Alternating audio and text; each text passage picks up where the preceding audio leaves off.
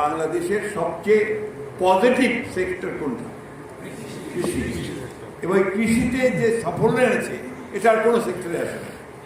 কেন বলি আপনাদেরকে, আমরা যখন স্বাধীনতা যুদ্ধ করলাম, আপনি তখন আমরা যুবক, 1972 সালে, তখন আমাদের খাদ্য ঘাটতির পরিমাণ ছিল প্রায় 28 লক্ষ মেট্রিক টন। তখন জনসংখ্যা ছিল 7.5 কোটি, আর এখন জনসংখ্যা হচ্ছে প্রায় 20 কোটি। খাদ্য ঘাটতি নাই বললেই চলে। কারা করেছে?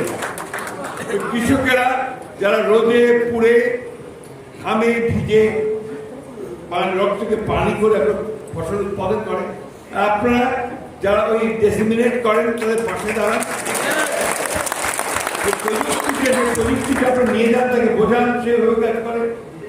আপনারা দেখবেন যে একটা বাচ্চার কাছে সবচেয়ে প্রিয় মানুষটা কে? শিক্ষিকা, স্কুলের শিক্ষিকা, যে স্কুলে যায়। ও যেটা বলবে সেটা একেবারে ঠিক, ওটাই ঠিক, ওটার কোনো পরিবর্তন নেই, ঠিক না? তেমনি ভাবে একজন উপসহকারী কৃষিবিদ কৃষককে যে কথাটা বলে সে সেটাকে বের করে। এই জন্যই আমি মনে করি যে এই বিষয়গুলো আমাদেরকে অনুধাবন করে আমাদেরকে আপনাদের কাজের পরিবেশটাকে উন্নত করতে হবে। এইবারকার মিটিংয়ে আমি আপনার যখন বাজেট পাস হচ্ছে তখন আমি সাবসিডি বাড়ানোর কথা বলেছি। আমি বলতে জানি যে কৃষিতে যদি সাবসিডি আমরা না দিই, কৃষি এখন আর লাভজনক পেশা নয়।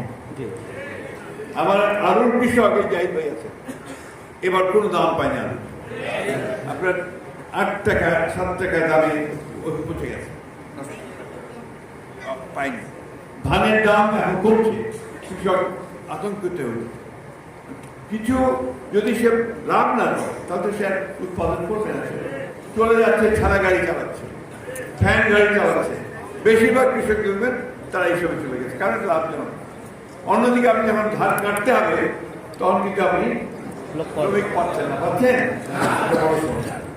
তো এই বিষয়গুলো কিন্তু আমাদেরকে দেখতে হবে, বুঝতে হবে, এই সমস্যাগুলোর সমাধান করতে হবে।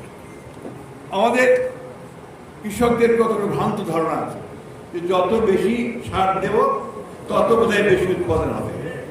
এটা ভুল ধারণা। এটা কিন্তু আপনাদের একটা দায়িত্ব আছে, এখানে এই ধারণাটা ভাঙাতে হবে। তাদেরকে বলতে হবে যে সঠিক নয়, মাটি নষ্ট হচ্ছে, আমরা ফসলের ক্ষতি হবে।